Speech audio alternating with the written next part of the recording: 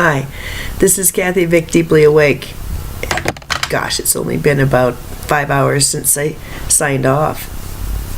That was quite the day. So here's what I know. I'm coming to you fresh as a daisy to tell you a couple things that I understand, okay? Because it's coming together now. And I understand that I need to do this. Then I need to do the research, because there's more that I did, but I forgot, because that's my way. And then, my dear friends, I'm going to write. I have been hungry for that. It makes me feel so happy, so soothing. Oh, I'm so deeply autistic, and something like that just and then I'm going to come to you again and complete things.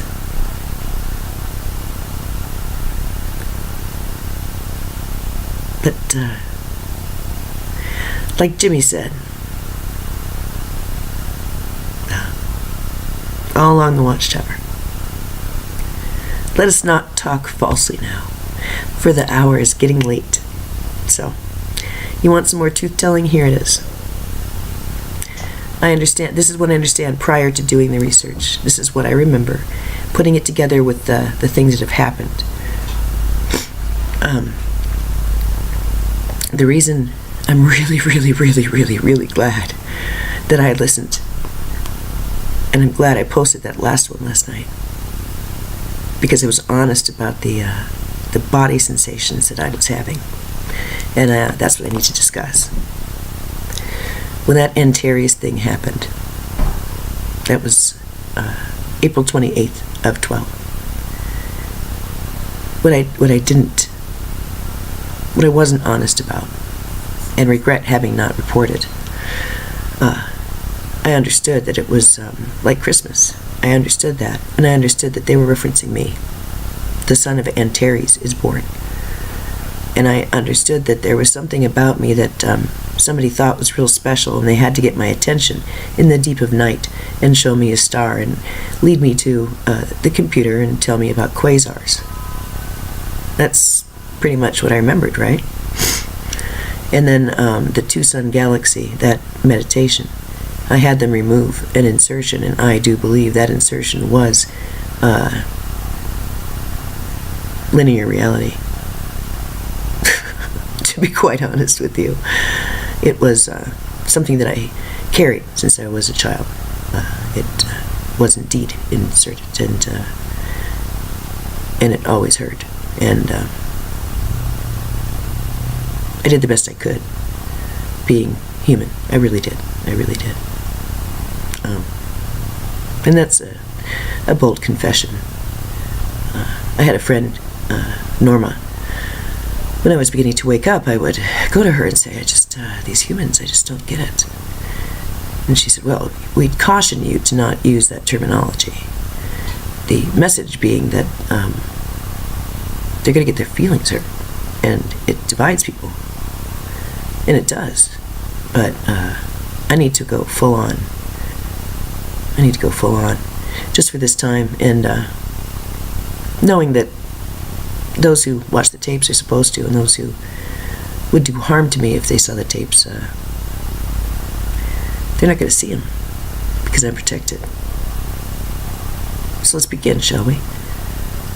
Last night, over and over again, I was recording things, wanting to lay down the rules of Deeply Awake, remind people of the rules. So I'll remind you. I only really had one rule when I started, and that was I had to be honest. I had to strip bare my soul. That was it. I was not to, of course, I don't lie, so people don't believe me, but I don't lie. When I do lie, it's right with my soul, and it's appropriate to the situation, and you can trust me on that. Don't get mad at me if I lie to you. There's a reason. But I don't have to. I can go full on, and that's what I'm going to do here. So the rules are that this is a safe zone. It means that if I can be this honest, it means that you can be this honest. Not with me, with yourself. I'm patterning something here. They told me at the beginning, you're starting a genre. It's called reverse autobiography. And what it means is that you get a hit of light, they said. You get a hit of light. And then everything changes for you. And suddenly you have to put together something that, well, it made linear sense, but suddenly it doesn't make any sense at all. Given standing in the light of a new understanding, you got to put it together again. Isn't it neat? There's a blogosphere, and isn't it cool? It's free. Have at it, guys. Reverse autobiography, yourselves as you see fit. It's a good thing. It's healing. It brought me home. It connected me with my family and my friends, and it was perfectly timed. So, I want to tell you the truth.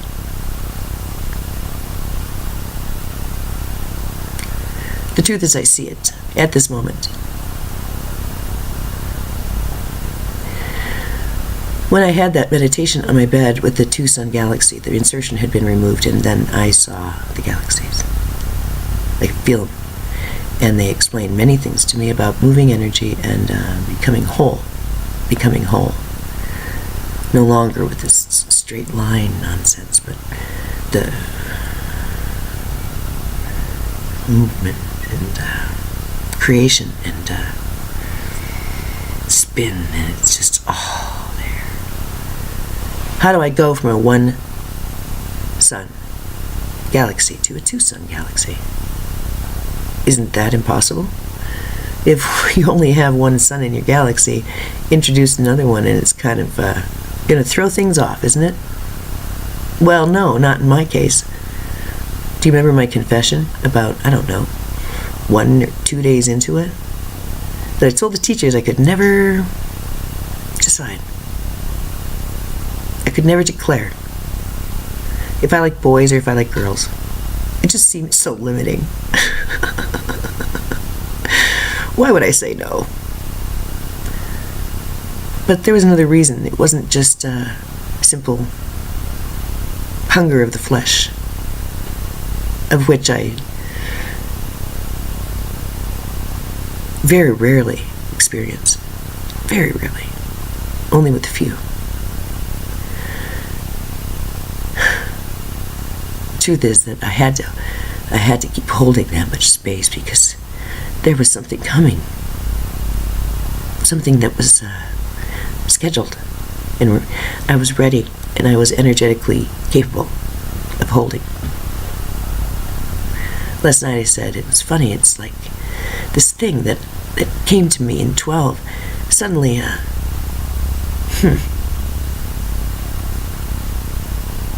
could feel it inside of me. It's moving. And first it was just at the edge of my field, and now I got the image about a week ago that there's, I don't know if I recorded it in one of the recordings I did. There was this weird,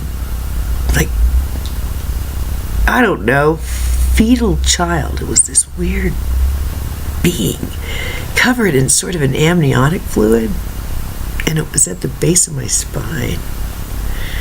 And they said it's going to grow exponentially, and it felt good to have it riding along with me. And believe me, I know about inserts. I know about walk-ins. I had that experience. I understand that. I'll tell you about that maybe today. But this was different. And I tell you about an insert that I had carried with me and had to resolve. But I think now what I understand about that is that was my decoding. It was very easy to think that that was some sort of malevolent alien thing. No, dear one. No. Those are my personality engrams. That was my pain. the walls that got put up that I could bump against to find my way here. But I'm here now, so I don't need the blindfold, and I don't need the walls. So that was, and I said that was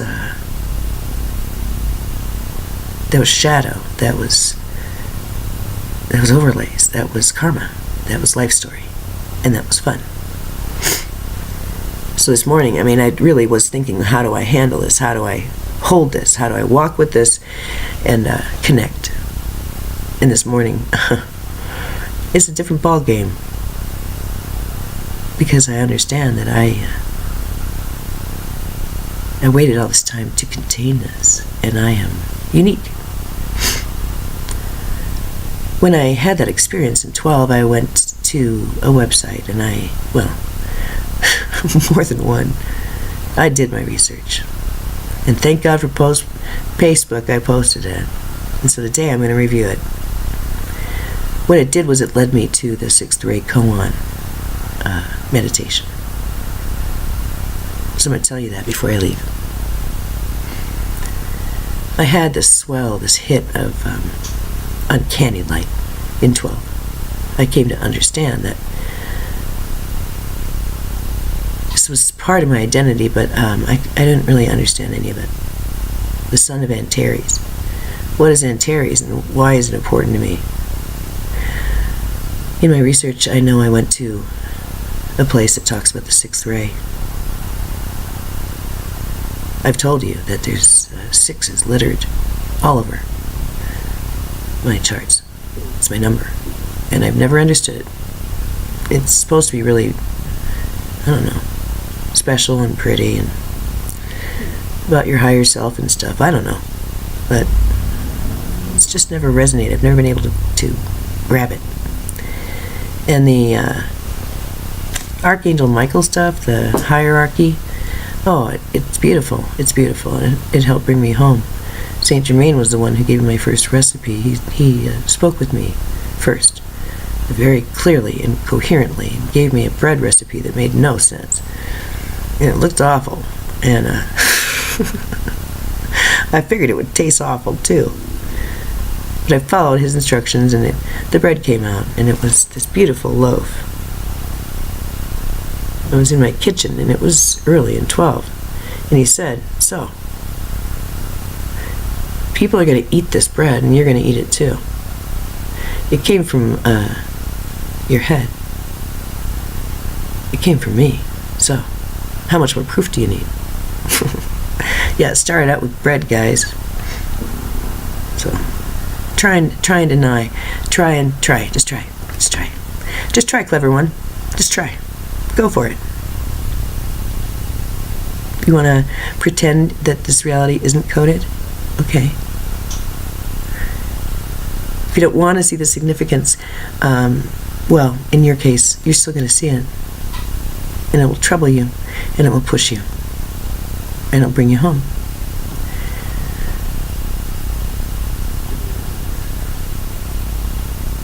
The two-sun galaxy is within. I'm the son of Antares, and I'm also grandmother. So what does that mean? What does that mean? Right now, what that means to me, at this moment, is, and it's been coming through all morning, dear one, there's only one reason. Don't you get it? You're thinking too small. You're thinking too small. I told Melissa the voices were at the beginning saying, oh my God, don't think so small. Don't think so small. Like a little Jewish New York woman. Oh dear, don't think so small. That was like, who was talking to me the last couple of weeks? Oh, don't think so small, dear. I understand innately, not intellectually and certainly not emotionally, but innately,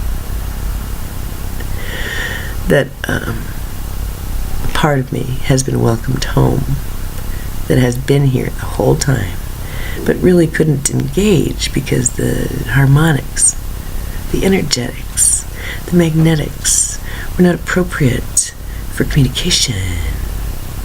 And now they are. And so this part of me that's male, and this part of me that's so female, are working cooperatively. They're not blending, they're not merging. Are you kidding me? Why would I want to do that? No. They're on fire in my body, getting used to each other in brand new ways, I'll tell you. I was really looking forward to bed last night. Yeah. So, at a certain point, the game's over, right? I said that too. So, but, alright, I'm skirting around it, I'll be honest. What do you do with all this? Hi, baby. She's going to join us for the end. Hold on. Come on, baby. Yes, you need to anchor this. You need to be my earth anchor. Fuzzy girl. Ooh, let me have you in my heart. It feels so good.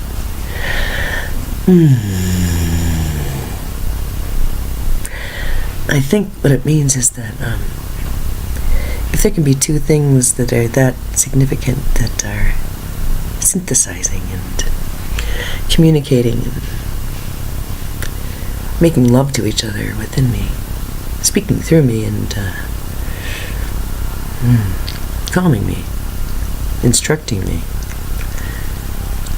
What does that mean? Who forms the galaxies? What forms the galaxies? Why can I so easily now use the sun as a portal? I don't mean just consider it, I mean physically use it.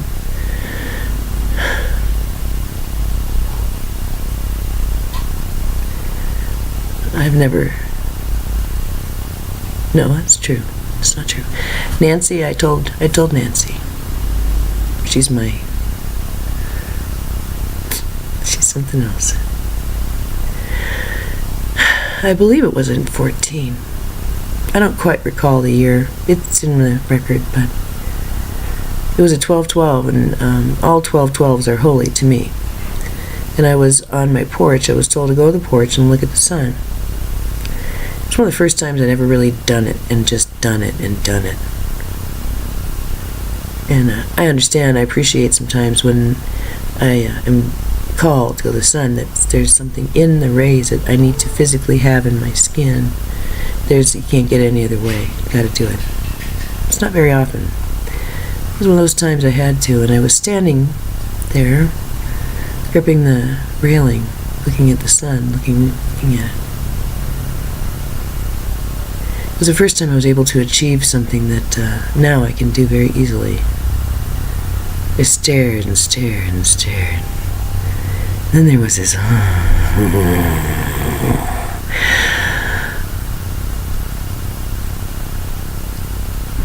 And I went through it to something more. Just something big. And they boomed. You are ascended. You are ascended.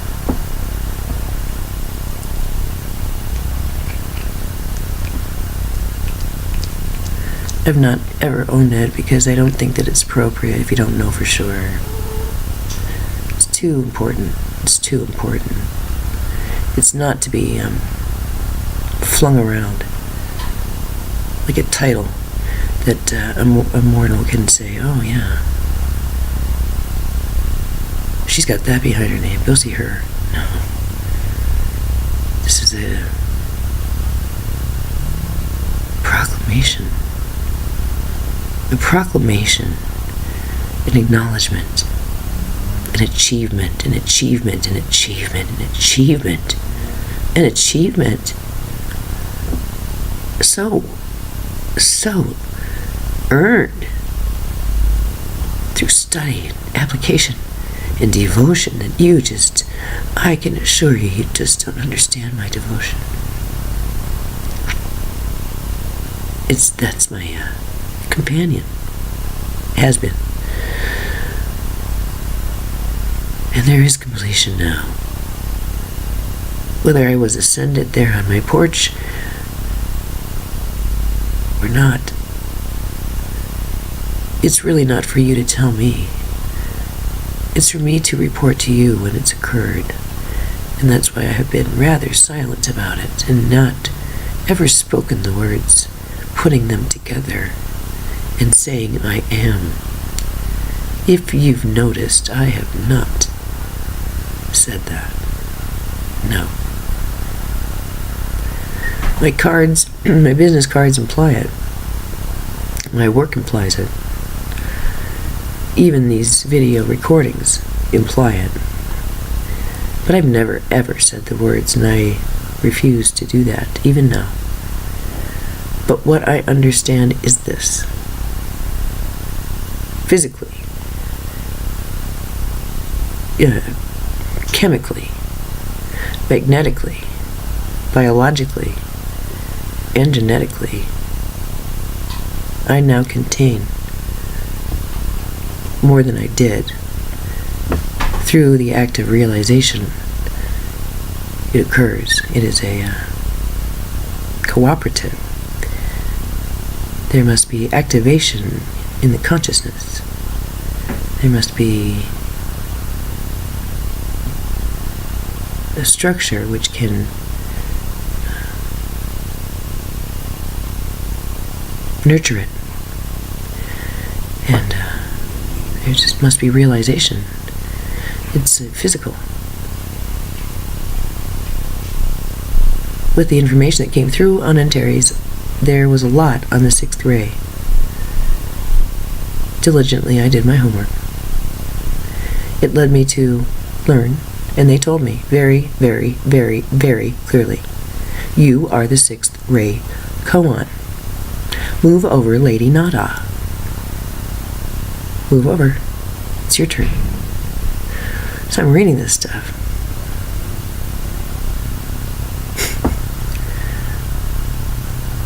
It's just like reading my horoscope. It's just like reading my numerology chart.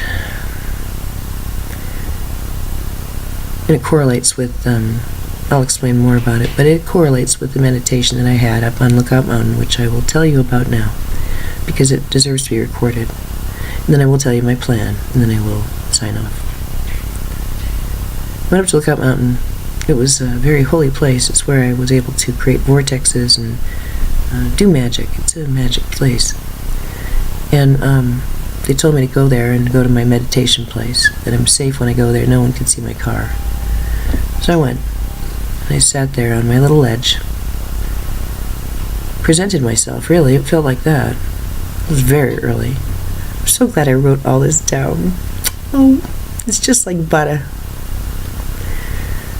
And I lit up. I had white flames, but they were purple tips, and there was a lot of gold in it. And they said, this is your body habitus. That's why I used that word. This is your body habitus. It was like being on fire. I could feel it and I could hear it, and it's just beautiful. It was around that time that I learned about Lady Nada in the 6th ray koan.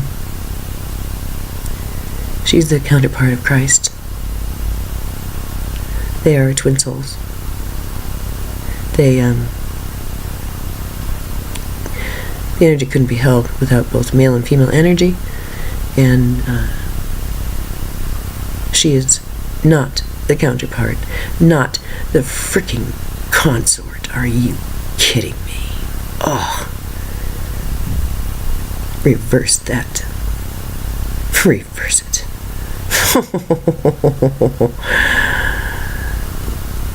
She holds the Magenta Ray. They explained to me that I was holding the Magenta Ray, that was my job. I don't particularly like that color, and I wasn't really pleased about it, so I went online and learned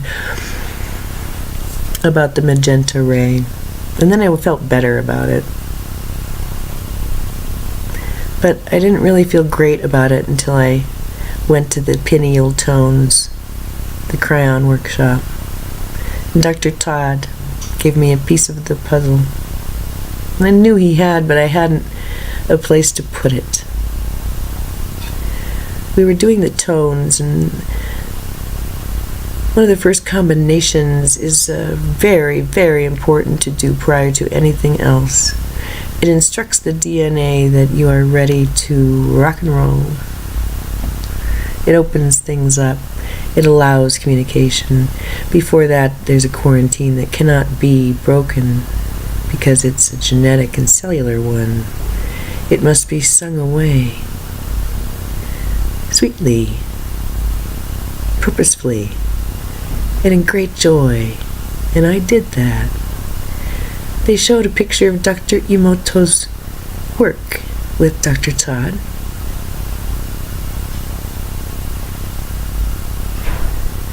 Of the water molecule prior to the tones being sung. And then that molecule after. This molecule, this tone, do you really understand what it does? It enlivens the DNA. It wakes it up. It's the color of DNA activation. It's the color of that. And we're singing the tones, and then he shows us the picture, and guess what color DNA lights up when it does this, when it gives permission? Do you want to guess, or do you just already know? It's magenta. I walk around with all of this, and I looked at my feed today thinking, no wonder it's been a mystery. How could I have contained all of this? If I walk around thinking all these thoughts, it would be very hard to get along with people and their nonsense, wouldn't it?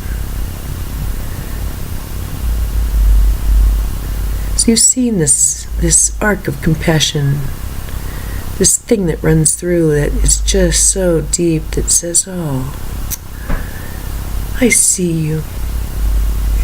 I know you. I love you.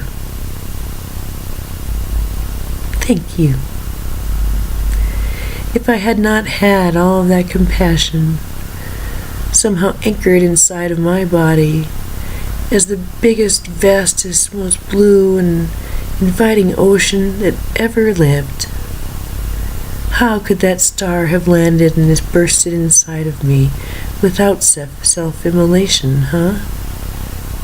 But I spent so long being loved and being nurtured and finally getting the maternal and the velvety love I experienced, all of the dignity and respect and witnessing that I've had. It wasn't time to burst like the sun. I would have burned out. I nearly did many times. But I matured. So it's more like in the water there is a ball of fire, yet the ball does not extinguish and is not distressed by the water. Somehow the water feeds it and makes it happiest. And without the fire, the water would be sad. It's like that. Oh, God.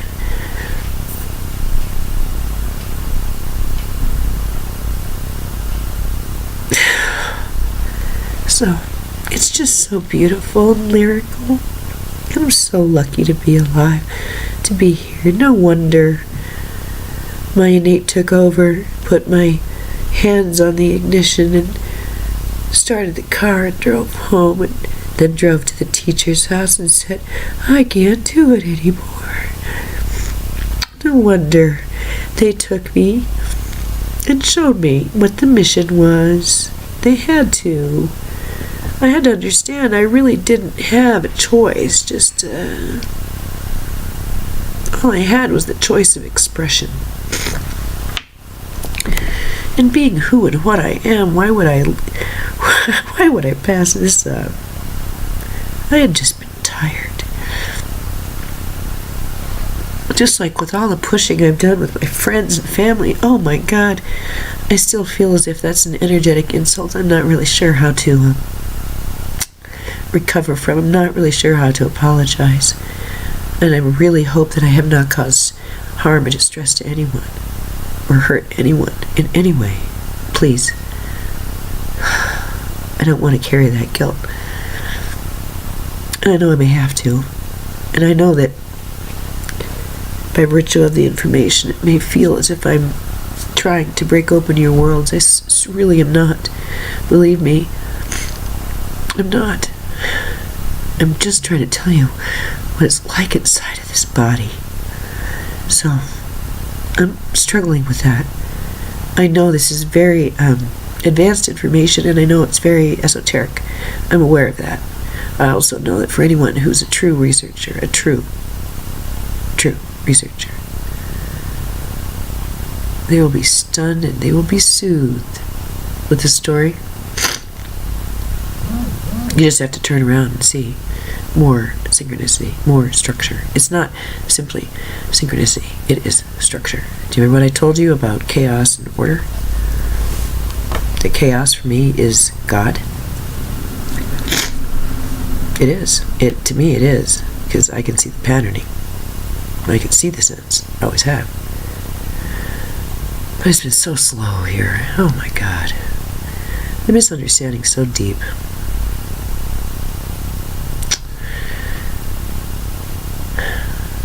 And I've waited, and I've waited, and I've waited, and I've waited, and I've waited. They kept telling me, just keep writing.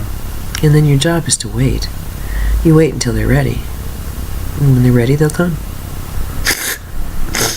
You won't be able to stop it. But until then, just keep writing. Just be as outrageous as you want. Be honest. Be real. It'll help. And that's what I did. So it's really okay. I would hope that you would call me crazy. I really would. I would. And since girlhood, the only real, like keep on the path thing is the proof is in the pudding. Didn't Jesus say that? You'll know them by their works. And that really does not mean if anybody else liked me. That's not works. This is the works. I don't care if anyone else likes me. I don't think they're supposed to. I didn't like myself for a long time, so what? That's what I know so far. I'll come back and I'll let you know what's going on. And I'm writing today. I love you.